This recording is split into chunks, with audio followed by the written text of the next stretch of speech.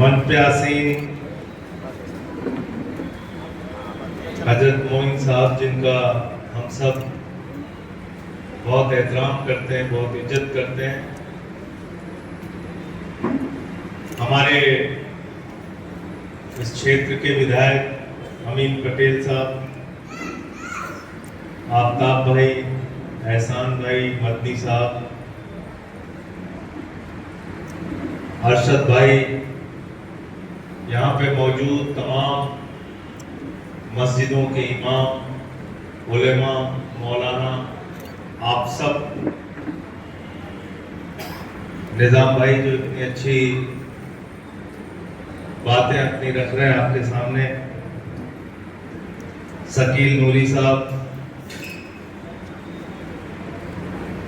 और आप सबका मैं हृदय की गहराइयों से अभिनंदन करता हूं कि आपने मुझे यहाँ पे बुलाया और मुझे अपनी बात कहने का मौका दिया। मैं आप सबका बहुत शुक्रगुजार हूं, बहुत बहुत आपको आभार व्यक्त करना चाहता हूं। साथियों और दोस्तों, ये वक्फ बिल जब आया और इसकी जेपीसी बनी, तो उस जेपीसी के दौरान जो चर्चा हुई वो, और उसके बाद जिस तरीके से ये बिल पास हुआ, उसकी एक एक कहानी आपके सामने रखना चाहता हूं, और किस तरह से सरकार की मंशा क्या है वो आपको बताना चाहता हूं। इनका मकसद कोई मुसलमानों को भला करना नहीं है। मोदी जी कहते हैं कि भाई हमें मुसलमानों को भला करना है, इसलिए हमें बिल लेके आए। तो मैंने कहा भाई दो ही नेता थे तुम्हारे यहाँ, एक शहनवाज हुसैन साहब, दूसरे मुख्तार अब्बास नकवी साहब, दो के दोनों आज कहां, यही बता दो। दो नेताओं का क्या भला किया तुम? चलिए वो भी छोड़ दीजिए। दोनों सदनों में एक भी सांसद मुसलमान नहीं है भारतीय जनता पार्टी। उसके बाद इन्होंने कहा हमें मुसलमानों का भला करने के लिए, मैंने कहा पूरी कैबिनेट में आपने एक मुसलमान मंत्री नहीं बनाया। तो पहली बात, तो कोई भी बिल ये लेके आते, कोई भी कानून लेके आते, कहते हम इस समाज का भला करने के लिए, मुसलमानों का भला करने के लिए ये बिल लेके आए। तो मैंने बहुत सारे मुस्लिम संस्थाओं से पूछा कि मैंने कहा भैया आप लोग गए थे मोदी जी के पास कि हमारा भला कर दो, बहुत नुकसान होगा? बोले नहीं, हम तो नहीं गए थे भला कराने के लिए। बोले नहीं, हम जबरदस्ती इनका भला करेंगे। तो भला कैसे कैसे कर रहे हैं? इस कानून में संशोधन क्या है जिसको लेके हमें आपत्ति है? क्या हम हवाई विरोध कर रहे हैं? क्योंकि 1996 में भी वक्फ बिल का संशोधन पास हुआ, 2013 में भी वक्फ बिल का संशोधन पास हुआ, और 2013 में जो वक्फ बिल का संशोधन पास हुआ, एक सदन में शहनवाज हुसैन ने और दूसरे सदन में मुख्तार अब्बास नकवी ने, यानी कि भारतीय जनता पार्टी ने सपोर्ट करके उस बिल को पास किया। ये आपको जानकारी होना चाहिए। 96 में सबकी सहमति से संशोधन पास हुआ। आज क्या आपत्ति है? आज क्यों सवाल उठ रहा? क्यों मन में शंका पैदा होती है? क्योंकि आज देश का प्रधानमंत्री वो व्यक्ति है जो कपड़े देख के इंसान को पहचानता है। इसलिए हमें आपत्ति है, इसलिए हमारे मन में सवाल है कि आप ये संशोधन सिर्फ और सिर्फ नफरत फैलाने के लिए, बांटने के लिए, जमीनों पे कब्जा करके अपने दोस्तों के लिए लाए हैं, ये सवाल है। और कहां से शुरू करें, कहां खत्म करें? वतन की जो हालत सुनाने लगेंगे तो पत्थर भी आंसू बहाने लगेंगे। वतन की जो हालत सुनाने लगेंगे तो पत्थर भी आंसू बहाने लगेंगे। अगर भीड़ देख हो गई आदमियत तो उसे ढूंढने में जमाने लगेंगे। इंसानियत का, मानवता का तत्व होगा। इसलिए मन में सवाल उठ रहा है। और क्या क्या संशोधन लिखा है इस बिल मैं तो सिर्फ बिल के बारे में बात करूंगा, कोई राजनीतिक बात आपसे नहीं करूंगा। आपको जिसका वोट मिलता है आप लीजिए, मुझे जिसका वोट मिलता है मैं लूं, अमीन पटेल जी को जिसका वोट मिलता है बोले, राजनीति अपनी जगह है। लेकिन जो ये किताब आपने मुझे दी, बाबा साहब डॉक्टर भीमराव अंबेडकर जी के द्वारा लिखा गया भारत का संविधान, यह संविधान जिसके ऊपर सारे लोग, सारे नेता, चाहे सांसद हो, विधायक हो, देश का प्रधानमंत्री हो या कोई मंत्री हो, हाथ रख के शपथ खाता है कि हम इस संविधान की रक्षा करेंगे, इस संविधान की रक्षा करेंगे, हर हाल में इस संविधान की रक्षा करेंगे। तो मैं आपसे पूछना चाहता हूं प्रधानमंत्री जी, इस संविधान के अंदर लिखा हुआ है धारा 25 और 26 में, धारा 25 और 26 संविधान की क्या कहती है? वो कहती है कि इस देश में जो भी व्यक्ति रह रहा है, जिस भी धर्म को वो मान्यता है, वो अपनी धार्मिक मान्यताओं के हिसाब से पूजा कर सकता है, अर्चना कर सकता है, उपासना कर सकता है, इबादत कर सकता है, प्रेयर कर सकता है, गुरु ग्रंथ साहब का पाठ कर सकता है। वो अपनी धार्मिक मान्यता के हिसाब से वो अपने धर्म का पालन कर सकता है। ये इजाजत किसने दी? किसने दी? किसने दी है इजाजत? मोदी जी ने दी क्या? मोदी जी ने दी? किसी पार्टी ने दी? ये भारत के संविधान ने दी। ये बात अपने दिल में बैठा लीजिए कि आप कोई भीख नहीं मांग रहे, आप बाबा साहब डॉक्टर भीमराव अंबेडकर के द्वारा लिखे गए भारत के संविधान का हक मांग रहे हैं अपने लिए। ये बात अपने दिल और दिमाग में बैठा लीजिए, तब आपकी लड़ाई ज्यादा मजबूत होगी। और उसमें क्या लिखा है? उसी संविधान के अंदर लिखा हुआ है धारा 25 और 26 में कि हर धर्म के मानने वाले लोग अपनी धार्मिक संपत्तियों का प्रबंधन स्वयं से करेंगे। क्या लिखा हुआ है? अपने धार्मिक संपत्तियों का प्रबंधन स्वयं से करेंगे।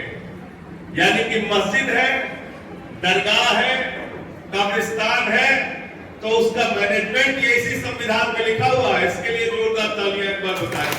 ये है इसके लिए हम लड़, इसके लिए हम लड़, इसमें लिखा हुआ। और मोदी जी अगर इनकार करते हैं कि इसमें नहीं लिखा हुआ है, मैं अपनी लड़ाई पीछे ले लूंगा, लेकिन इसमें लिखा हुआ है। और इसमें सिर्फ मुसलमान के लिए भी नहीं लिखा हुआ है, इसमें हिंदू के लिए भी लिखा हुआ है, सिख के लिए भी लिखा हुआ है, ईसाई के लिए भी लिखा हुआ है, जैन के भी लिए लिखा हुआ है, बौद्ध के भी लिए लिखा हुआ है। किसी का भी हक मारा जाएगा, हम सब मिलकर आवाज उठाएंगे। गलत तो नहीं कह रहा हूं? गलत तो नहीं कह रहा हूं? और मैंने पार्लियामेंट के अंदर कहा था, चिल्ला चिल्ला के कहा था, जेपीसी में भी कहा था कि किसी को खुश होने की जरूरत नहीं है इस वक्त कानून पे। मेरी बात को याद रखना, आज ये मुसलमानों के खिलाफ है, कल हिंदुओं के खिलाफ आएगा, फिर सिखों के खिलाफ आएगा, फिर ईसाइयों के खिलाफ आएगा, फिर बौद्धों के खिलाफ आएगा, फिर जैनियों के खिलाफ आएगा। पता चला 90 साल पुराना मंदिर जैन धर्म वालों का यहां तोड़ दिया गया कि नहीं तोड़ दिया गया? तोड़ दिया गया कि नहीं तोड़ दिया गया? तोड़ दिया गया ना? तोड़ दिया गया। 90 साल पुराना मंदिर इसी मुंबई में तोड़ दिया गया। बौद्ध धर्म के मानने वाले लोग बोध गया में आंदोलन कर रहे हैं आंदोलन। तो किसी को भी खुश होने की जरूरत नहीं है, बात मैंने कहा था। तो पहली चीज तो आप सब लोग अपने दिमाग में रख लीजिए कि ये संविधान है जिसमें साफ तौर पे लिखा हुआ है कि आप अपनी धार्मिक मान्यताओं के हिसाब से इबादत कर सकते हैं, प्रेयर कर सकते हैं, पूजा कर सकते हैं, अर्चना कर सकते हैं, और अपनी धार्मिक मान्यताओं के हिसाब से जो आपकी संपत्तियां हैं उसका प्रबंधन कर सकते हैं। अब ये बात इसमें लिखी हुई है। तो ये बिल लेके आए संशोधन, कहने के साथ ये संशोधन है, इसको पास कर दीजिए संजय सिंह जी। हमने कहा कैसे पास करते हैं? क्या लिखा हुआ है इसमें? कह रहे हैं इसमें लिखा हुआ है कि 5 साल तक जो मुसलमान वही दान कर सकता है। अब दुनिया का पहला कानून मोदी जी लेके आए हैं, पूरी दुनिया में पहला कानून मोदी जी लेके आए हैं, कह रहे हैं कि जो 5 साल तक मुस्लिम धर्म के सारे रीति रिवाजों का पालन करेगा सिर्फ वही दान कर सकता है। पढ़ा है कि नहीं? कितने लोगों ने पढ़ा इस चीज को? पढ़ा है ना? बिल्कुल। इसमें लिखा हुआ है, नए संशोधन बिल में लिखा हुआ है। मैंने कहा भाई वक्फ के लिए हिंदुओं ने भी दान किया है, वक्फ के लिए मुसलमानों ने दान किया है, वक्फ के लिए सिखों ने भी दान किया है। पूरे दुनिया के जितने भी कानून आप पढ़ेंगे उसमें साफ तौर पे एक ही बात लिखी हुई है, आप अपनी संपत्ति को दान कर सकते हैं, आप अपनी मर्जी के मालिक हैं। अगर संपत्ति आपकी है तो आप उसको मस्जिद को दें, कब्रिस्तान को दें, दरगाह को दें, वो मंदिर के लिए दें, गुरुद्वारे के लिए दें। ये हक आपका है, किसी दूसरे आदमी का। गलत तो नहीं कह रहा हूं? और मान लीजिए कोई आदमी धर्म को नहीं मानता, मैं तो एक और उदाहरण दे रहा हूं, माफ कीजिएगा मुझे। कोई आदमी धर्म को नहीं भी मानता, नास्तिक है, क्या उसको भी दान करने से आप रोक सकते हैं? क्या विधायक जी रोक सकते हैं दान करने से? कोई धर्म को नहीं मानता उसको भी दान करने से आप नहीं रोक सकते।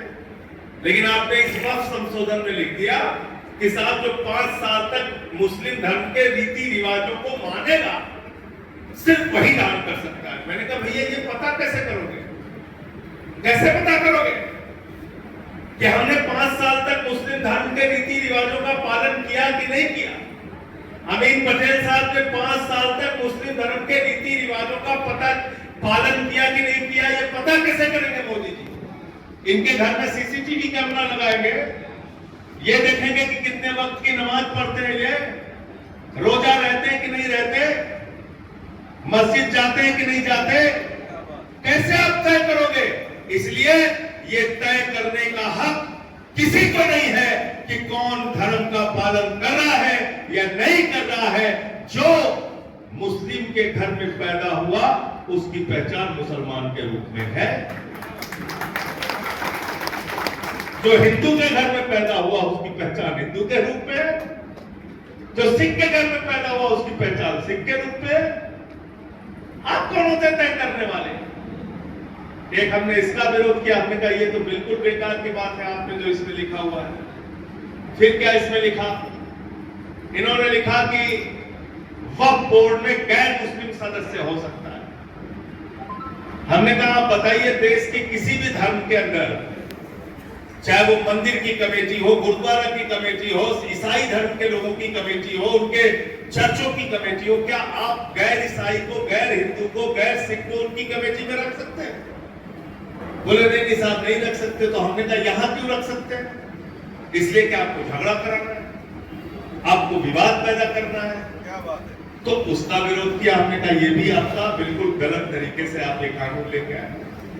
तीसरी बात क्या कह रहे साहब, वो संचल कमेटी ने एक रिपोर्ट दी है और कहा है कि वक्फ की संपत्तियों का, सुनते जाइएगा बहुत ध्यान से, उन्होंने कहा है कि अगर वक्फ की संपत्तियों का सही ढंग से इस्तेमाल किया जाए तो 12,000 करोड़ रुपए की आमदनी हो सकती है। कितने की? कितने की? हमने कहा देश के करोड़ों मुसलमानों के भले के लिए मैं आपको एक सुझाव देता हूं, आप बिल्कुल मेहनत मत कीजिए, अकेले नीरव मोदी को पकड़ के लेके आइए, 20,000 करोड़ रुपए वो बाकी है देश का, 20,000 करोड़ रुपए वसूलिए, 12,000 करोड़ रुपए वक्त को दे दीजिए, 8,000 करोड़ अपने पास है। गलत तो नहीं है, सीधा गणित है। 20,000 करोड़ वसूलिए, 12,000 करोड़ रुपए वक्त को दे दीजिए, 8,000 करोड़ रुपए अपने पास रख लीजिए। एक आदमी को पकड़ने की जरूरत है करोड़ों मुसलमानों का भला करने के लिए, और जिसके लिए दिन रात बेचारे रो रहे हैं भाजपाई कि बताओ 12,000 करोड़ ये लोग कमा सकते हैं, कमा नहीं पा रहे हैं, हमारा तो सीना फटा जा रहा है, हम तो इनको चाहते हैं कि वक्फ वालों के पास 12,000 करोड़ हो जाए। तो मैंने कहा ज्यादा मेहनत मत करो, एक आदमी को पकड़ो, 12,000 करोड़ को दे दो, 8,000 करोड़ अपने पास रखो। और मैंने कहा भाई और आमदनी कैसे हो सकती। फिर मैंने वो वक्फ कमेटी के जो बार बार ये लोग कह रहे थे, मंत्री जी ने कहा, सब ने कहा कि भाई वो सच्चर कमेटी की रिपोर्ट है, आपको पता नहीं है, उसने लिखा है कि 12,000 करोड़ रुपए कमा सकते हैं। फिर मैंने हजरत मेहनत किया थोड़ा, मैंने पढ़ा वो सच्चर कमेटी की रिपोर्ट। मैंने वो सच्चर कमेटी की रिपोर्ट पढ़ा, और जब मैंने वो सच्चर कमेटी की रिपोर्ट पढ़ के पाल साहब की जो कमेटी अध्यक्षता में जो कमेटी थी जेपीसी के सामने रखा, तो एक भी भारतीय जनता पार्टी के सदस्य के मुंह से आवाज नहीं निकली, सबके मुंह में दही जम गया। नहीं, क्या लिखा उस सच्चर कमेटी ने? उस सच्चर कमेटी ने लिखा है कि हिंदुस्तान के अंदर 363 ऐसी संपत्तियां हैं जो वक्फ की संपत्ति है और उस पर सरकार ने कब्जा कर रखा है, इसको खाली करना। पढ़ा नहीं पढ़ा आप लोग? नहीं पढ़ा तो मैं कागज दे दूंगा, पढ़ लेना। हजरत मैं आपको दे दूंगा कागज, पढ़ लेना। तो मैंने कहा भैया इसमें तो ये लिखा हुआ है। कहने लगे हाँ लिखा हुआ है। हमने कहा ये लिखा हुआ है, साफ साफ पढ़ो। बोले हाँ लिखा हुआ है। हमने कहा पढ़ो तो इसको ठीक से। कहने लगे नहीं लिखा तो। अब जो लिखा हुआ है तो उससे कैसे मना कर दें? तो हमने कहा तुम अपने फायदे की चीज पढ़ते हो और जो उनके फायदे में जो बात लिखी हो उसको आप नहीं पढ़ते हो। और मैंने कहा कमाई कैसे करेंगे? कैसे कमाई करेंगे? वक्फ में क्या आता है? मस्जिद आती है। वक्फ में क्या आता है? कब्रिस्तान आता है। वक्फ में क्या आता है? दरगाह आती है। वक्फ में क्या आता है? मदरसा आता है। तो मैंने कहा अब जो इमाम साहब लोग यहाँ पर बैठे हैं, ये टिकट लेके खड़े हो जाएंगे मस्जिद के सामने कि भाई मगरिब की नमाज का इतना टिकट है, ईसा की नमाज का इतना टिकट है, जोहर की नमाज का इतना टिकट है। टिकट लगेगा क्या मस्जिद में? टिकट लगेगा क्या? लगता है क्या? लगता है? तो आमदनी का जरिया कहां है? कब्रिस्तान में जाके मुर्दों से कहेंगे भाई उठिए उठिए, मोदी जी ने पैसा मांगा है, उठिए उठिए उठिए। कब्रिस्तान में पैसा वसूलोगे क्या? वसूलना है क्या पैसा कब्रिस्तान से? नहीं। मदरसे में भी अपने पास से ही लोग लगा के चलाते हैं किसी तरीके से। थोड़ी बहुत सरकारी मदद मिलती थी, वो भी बहुत कम कर दी गई, वो भी बहुत कम कर दी गई। दरगाह में थोड़ी बहुत जो चढ़ावा चढ़ता है उसके माध्यम से वहां की कमेटी उसके संचालन का काम करती है। तो आमदनी कहां से हो रही है? और हर चीज में व्यापार क्यों खोजना? हर चीज में धंधा, हर चीज में धंधा। धर्म के नाम पे धंधा मत करो, धर्म वालों को अपने धर्म का पालन करने दो। मोदी जी, आप ये धर्म के नाम पे धंधे की राजनीति बंद करो। फिर उसमें लिखा कि वक्फ बाई यूजर हम चेंज कर रहे हैं, यानी कि ये संपत्ति अगर वक्फ पे दर्ज है। अच्छा एक चीज और क्या फैलाते हैं भाजपाइयों ने फैलाया, कहने लगे साहब वक्फ के पास इतनी जमीन है कि 50 देशों के पास उतनी जमीन है। वक्फ के पास इतनी जमीन है कि 50 देशों के पास उतनी जमीन नहीं। तो हमने कितनी जमीन है? बोले 9 लाख एकड़ जमीन। तो 4 राज्यों का, सिर्फ 4 राज्यों का डाटा कपिल सिब्बल साहब ने पार्लियामेंट में रखा था। सिर्फ 4 राज्यों में 10 लाख एकड़ से ज्यादा जमीन मंदिरों के नाम पे दर्ज है और पूरे देश में करीब करीब 24 लाख एकड़ से ज्यादा जमीन। अभी ऑर्गेनाइजर ने एक लेख छाप दिया जो संघ का मुख्य पत्र है। उस संघ के मुख्य पत्र ने लिखा कि भैया ये वक्फ वाला तो कानून बन गया किसी तरीके से, अब चर्चों का काम ठीक करना पड़ेगा। चर्च वालों के पास 17 लाख एकड़ जमीन है। जो मैंने पार्लियामेंट में कहा था, कह रहे चर्च वालों के पास 17 लाख एकड़ जमीन है। तो आप देखें इनकी मंशा क्या है। ये चाहते हैं दिन रात आप झगड़ा करते रहे, उलझे रहे, लड़ाई लड़ते रहे, लेकिन जो बात अमीन पटेल साहब ने कही और जो बात इस बाबा साहब के संविधान में लिखी हुई है, ये हिंदुस्तान है। और हिंदुस्तान की खूबसूरती ये है कि जब ये बिल आया तो तो 232 लोगों ने लोकसभा में इस बिल के खिलाफ वोट दिया, जिसमें सिर्फ 24 मुसलमान थे, बाकी सब हिंदू, सिख और ईसाई। यह हिंदुस्तान है। आप इस देश को बांट नहीं सकते, इस देश की एकता को, धर्मनिरपेक्षता को तोड़ नहीं सकते। आज 232 लोग अगर लोकसभा में खड़े हुए तो उसमें सिर्फ 24 मुसलमान थे, बाकी सब गैर मुस्लिम थे जिन्होंने इस बिल के खिलाफ वोट दिया। इसलिए वोट दिया क्योंकि ये बाबा साहब के संविधान के खिलाफ है। और राज्यसभा में जब ये बिल आया, मुझे बताने की जरूरत नहीं है, एक भी भारतीय जनता पार्टी वाला बोल नहीं पाया मेरे सामने। 5-5 फीट उछल रहे थे कुर्सी से, ऐसे ऐसे उछल रहे थे, ऐसे ऐसे 5-5 फीट उछल रहे थे जब मैं बोल रहा था। 123 के 123 ऐसे उछल रहे थे, हमने कहा उछलो। लेकिन बात तो सही कहनी पड़ेगी, हक वाली बात कहनी पड़ेगी। और मैं यही बात चाहता हूं हिंदुस्तान के अंदर ऐसा ही हमारा खूबसूरत हिंदुस्तान हो कि अगर हिंदू के साथ जाती हो तो सारे मुस्लिम भाई एक आवाज में उसके साथ खड़े होकर बोले, और मुसलमान के खिलाफ बात हो तो सारे हिंदू भाई उनके हक में खड़े होकर बोले। यह हिंदुस्तान बनाना है, ऐसा खूबसूरत हिंदुस्तान जो हम अपने दिल में रखते हैं, जो हम अपने दिमाग में रखते हैं। तो राज्यसभा में भी 95 वोट इस बिल के खिलाफ पड़े, जिसमें से 5-6 सिर्फ मुसलमान रहे होंगे, बाकी सारे के सारे गैर मुस्लिम थे।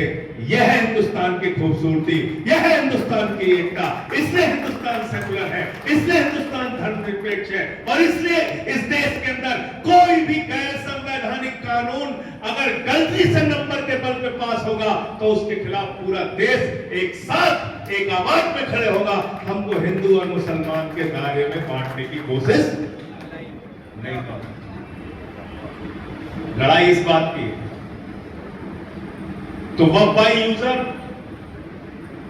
एक संपत्ति मान लीजिए मस्जिद के रूप में इस्तेमाल हो रही है, मदरसे के रूप में इस्तेमाल हो रही है, दरगाह के रूप में इस्तेमाल हो रही है, सैकड़ों साल से इस्तेमाल हो रही है, वो वक्फ बोर्ड में दर्ज भी है। अब आप कह रहे हो उसके कागजात लेके आओ, तो कागजात तो ऐसे बहुत सारी धार्मिक संस्थानों के नहीं मिलेंगे। कहां से लाएगा आदमी? 150-200 साल पहले का कागज कहां से लेके आएगा? कहां से वो कागज लेके आएगा? तो मैंने इनका एक कागज पकड़ा और मैं चाहता हूं ये सब कुछ मैं आपको दे दूंगा हजरत, ये सब आपके पास होना चाहिए। 2013 में जब ये संशोधन बिल पास हुआ तो 2013 के इस संशोधन बिल में एक बात ये भी लिखी थी कि वक्फ की जो संपत्तियां हैं वो ऑनलाइन होनी चाहिए। ये मोदी जी का ये कानून नहीं, 2013 के कानून, कि इसका कंप्यूटराइज होना चाहिए, ये ऑनलाइन होनी चाहिए वक्फ की जो संपत्तियां, जो मैं समझता हूं कोई गलत बात नहीं, कोई गलत बात नहीं। तो मोदी जी आ गए 14 में, तो 14 से मोदी जी ने पूरी मेहनत शुरू कर दी और उन्होंने खूब मेहनत की, और मेहनत करके एक एक राज्य की जो जमीन थी, बोले वक्फ की जमीन रजिस्टर करो, वक्फ की जमीन रजिस्टर करो, वक्फ की जमीन का रिकॉर्ड दो, वक्फ की जमीन को ऑनलाइन करना है, वक्फ की जमीन को ऑनलाइन करना है। तो 2019 में उस समय के केंद्रीय मंत्री मुख्तार अब्बास नकवी का बयान है, सारे लोग पढ़ लेना, मैं भेज दूंगा हजरत के पास। उन्होंने बयान दिया कि हिंदुस्तान की सारी वक्फ की संपत्ति 100% वक्फ की संपत्ति डिजिटाइज्ड है, ऑनलाइन है, उसके सारे कागजात की जांच की जा चुकी है। फिर कागज किस लिए चाहिए तुम्हें?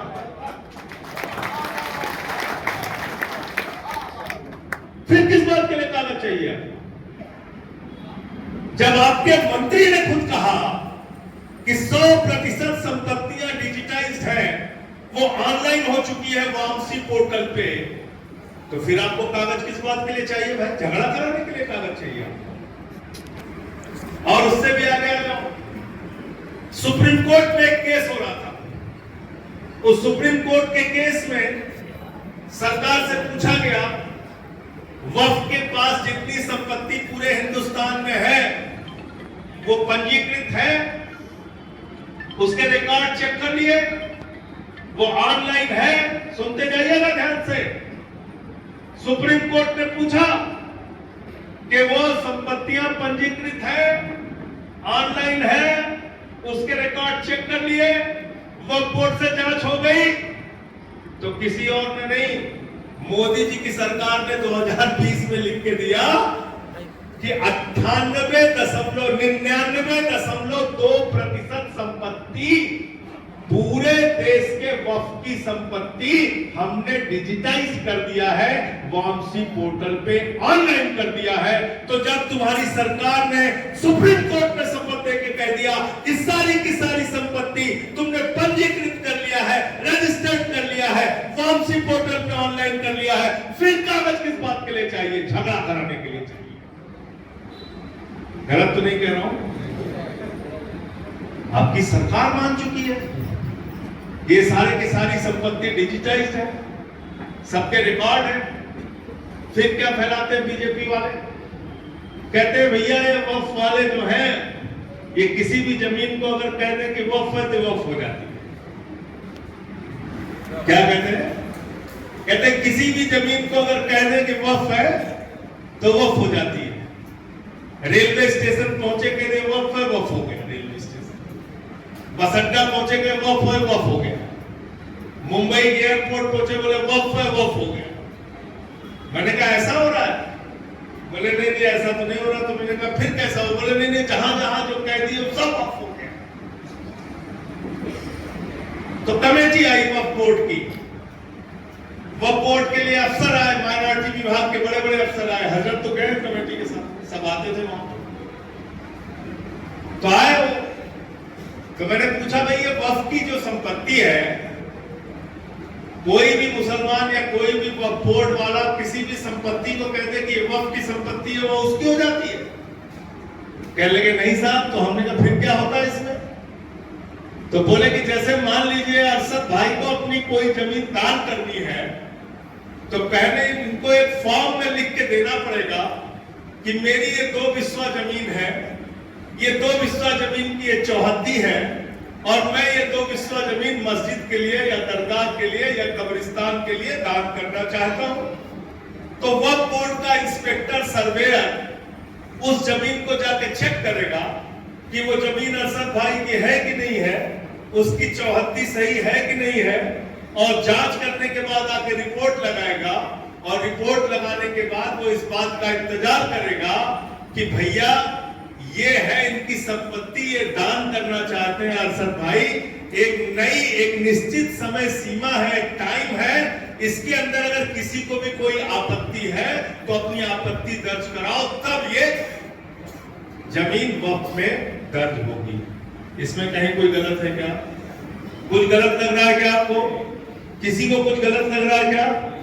एक आदमी अपनी जमीन दान करना चाहता है, वो लिख के फॉर्म भर के देगा, और उसके बाद उस जमीन की जांच होगी, वक्फ बोर्ड का सर्वेयर इंस्पेक्टर उसकी जांच करेगा, फिर एक टाइम दिया जाएगा कि किसी को भी उस जमीन पे आपत्ति है तो बताओ आके कागज को कि ये जमीन कहीं तुम्हारी तो नहीं है, इस जमीन में कहीं तुम्हारा कोई विवाद तो नहीं है।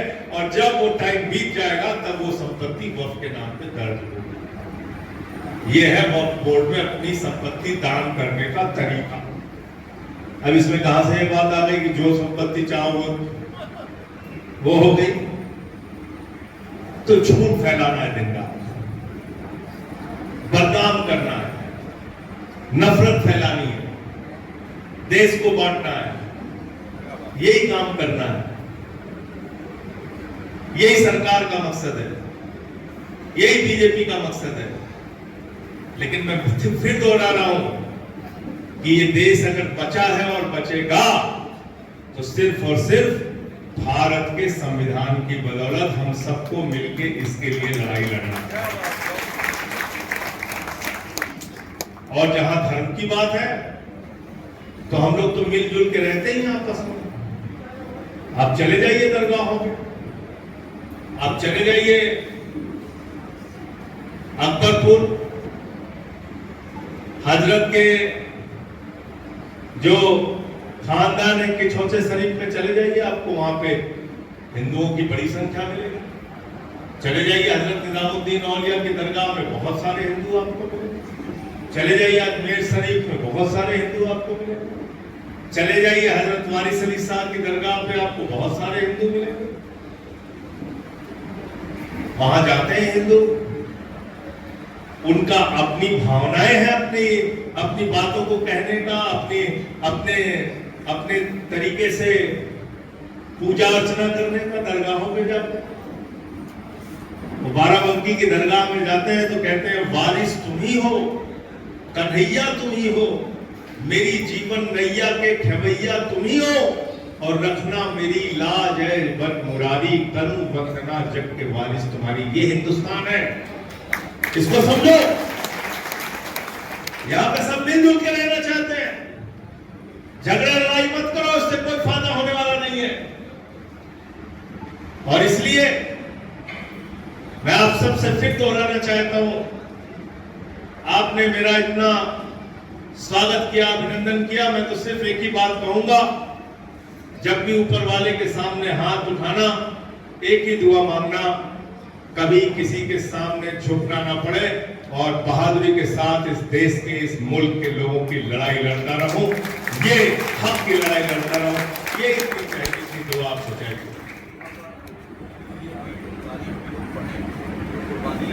और बार बार मुसलमानों की देशभक्ति पे सवाल उठाना ठीक नहीं। मैंने देश की संसद में कहा था कि 1857 के इतिहास को पढ़ लेना। 1857 के इतिहास को जब आप पढ़ोगे, बहादुर शाह जफर को जब आप पढ़ोगे, उनके दोनों बेटों के सर काट के उनके सामने लाएंगे, और मजाक उड़ाया अंग्रेज अफसर ने, कहा दम दमे में दम नहीं, अब खैर मांगो जान की, ऐ जफर ठंडी हुई शमशीर हिंदुस्तान की। तो जवाब दिया था उस बहादुर शाह जफर ने कि गाजियों में पूर रहेगी जब तलक ईमान की, तख्त लंदन तक चलेगी तेग हिंदुस्तान। मेरठ से लेकर दिल्ली तक उलेमाओं के सर काट काट के पेड़ों पे टांगे गए। आप जानना चाहते हैं इतिहास? एक किताब पढ़िएगा, हमारे एक दोस्त ने लिखी, कादरी साहब ने, 1229 मुसलमानों का इतिहास लिखा है, जिन्होंने इस मुल्क की आजादी में अपने प्राणों की आहुति दी। 1229, और उन 1229 में 43 खवातीन है, 43 खवातीन है। ये इनकलाब जिंदाबाद का नारा देने वाले मौलाना हशरत मोहानी, अब पढ़िए अपने इतिहास और लोगों को बताइए कि बार बार जो सवाल उठाया जाता है। मैं सिर्फ आपसे एक ही बात कहना चाहता हूं, किसी से सर्टिफिकेट लेने की जरूरत नहीं है, लेकिन आपको अपना इतिहास जानना चाहिए। इस देश के लिए हिंदू हो, मुसलमान हो, सिख हो, ईसाई हो, सब ने मिलकर लड़ाई लड़ी है, तब ये देश आजाद हुआ है। और हम इस आजाद हिंदुस्तान में मिलकर रहना चाहते हैं, एक साथ रहना चाहते हैं। और मुझे खुशी हुई कि पहलगाम की घटना के बाद पूरा कश्मीर सड़कों पे आया उन आतंकवादियों के खिलाफ आवाज उठाने के लिए। और अभी जब पाकिस्तान के खिलाफ लड़ाई का मामला चल रहा था, पूरे हिंदुस्तान का मुसलमान सड़कों पे आया और उसने कहा कि हम हिंदुस्तान के साथ खड़े हैं, सरकार के साथ खड़े हैं। लड़ाई लो, मुल्क से बढ़ के, देश से बढ़ के कुछ नहीं। और इसलिए इस देश को बचाना है हम सबको मिलके, देश के संविधान को बचाना है हम सबको मिलके, देश के सेकुलरिज्म और धर्मनिरपेक्षता को बचाना है हम सबको मिलके, एक साथ मिलके। और अंत में इन्हीं शब्दों के साथ मैं अपनी बात को समाप्त करूंगा कि ये अमन बिक रहा है, चमन बिक रहा है, गरीबों के तन का कफन बिक रहा है, बाजारों में बहनों का तन बिक रहा है। यारो बुरा न मानो तो कह दूं, इन बेईमानों के हाथों वतन बिक रहा है, इन बेईमानों के हाथों वतन बिक रहा है। इस वतन का सौदा करने वाले लोगों से, इस वतन को बचाने के लिए हम सबको एकजुट होकर काम करना है, एकजुट होकर साथ रहना है। बहुत बहुत शुक्रिया, बहुत बहुत धन्यवाद, आपने मुझे इतने प्यार से सुना।